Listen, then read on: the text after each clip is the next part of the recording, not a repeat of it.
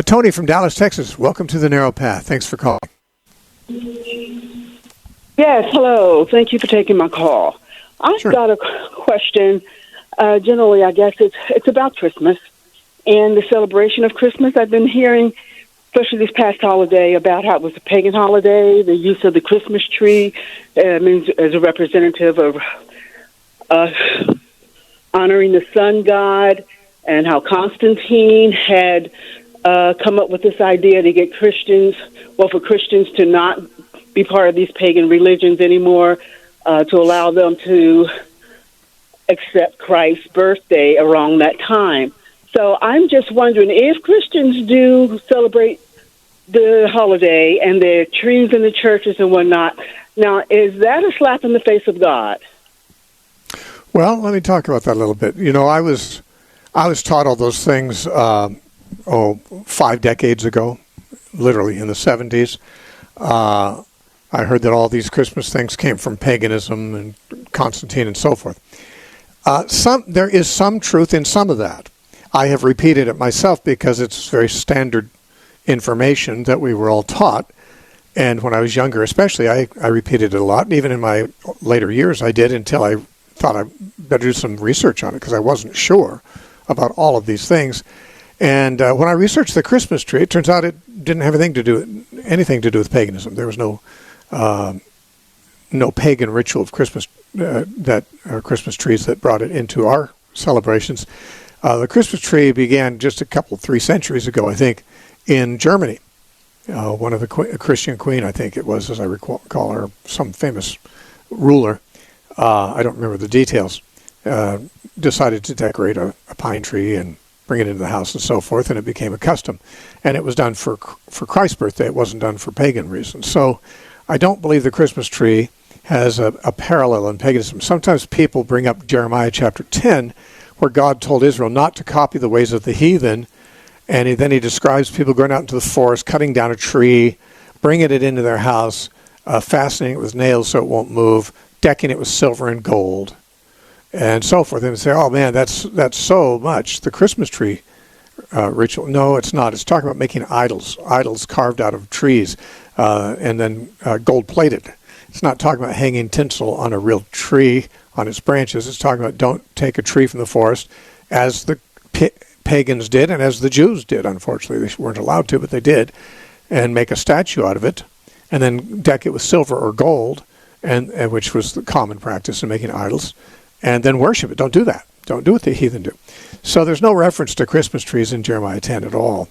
Now, as far as December 25th being Christ's birthday, no, I don't know of anyone, I don't think any knowledgeable person believes December 25th is Christ's birthday. We don't know when his birthday was, and we don't need to, apparently. The apostles didn't commemorate it. They didn't even retain knowledge of it. I'm not even sure if Jesus knew his birthday. And you might say, what? How could that be? Well, in third world countries, a lot of times people don't keep their birthdays like we do. They don't celebrate their birthdays like we do. I know in some African countries, I know because I had a student from one of them, a tribal group, came to my school, and he didn't know his birthday. He just knew he was born right around such and such a time. They didn't keep track. It wasn't as important. And it's very possible that Jesus, even his parents, might not have remembered the calendar date of his birth. Certainly the apostles didn't preserve any knowledge of it. So clearly it's not important that we celebrate his birthday. On the other hand, it's not forbidden if you want to celebrate his birthday, but of course that means we don't know what day it was. We'd have to pick a day. Now, December 25th is a day. We could pick that, or you could do it another day if you want to. The point is, any day that we pick to celebrate the birthday of Jesus, it's arbitrary. We have no idea when he was born. And so, I mean, we know the year, essentially, but we don't know the date. So I would say, if someone wants to celebrate the birth of Jesus, that's fine. Yeah, Constantine might well have picked December 25th in order to redeem what had been a pagan holiday.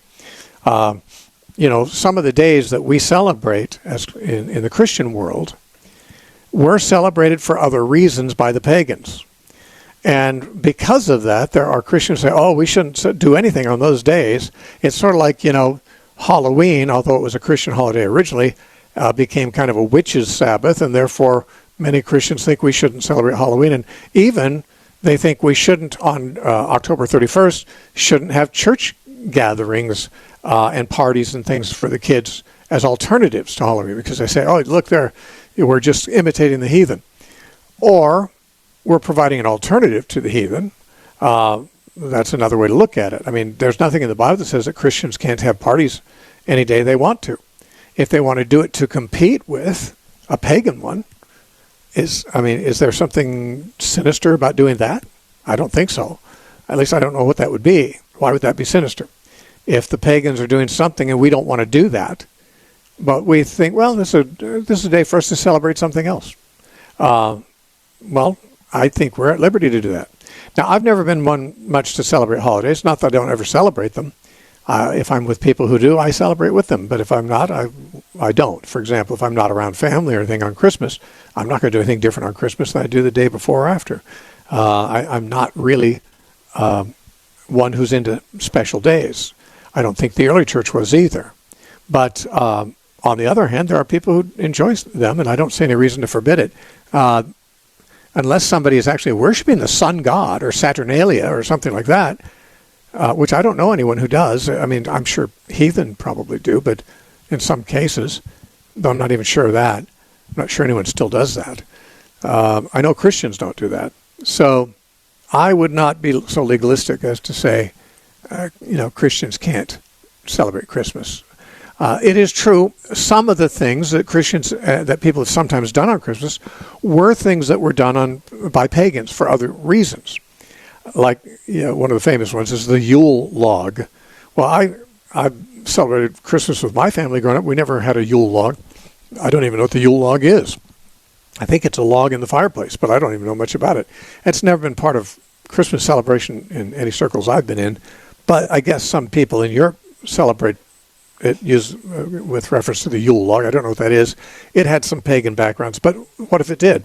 What if it used to be that people, associated some log in their fireplace with a pagan deity, and Christians don't anymore? They have an entirely different meaning for it. Does that log magically retain the meanings that somebody imputed to it centuries ago, even though nobody imputes that to it now? I don't see how that would be so. Some people think that by Christians celebrating the same days pagans used to celebrate, but now worshiping Christ instead of the pagan gods, this is not so much an area of compromising with paganism as conquest, that it emblemizes that, this day of the year in this part of the world, pagans used to worship their gods. We have conquered them.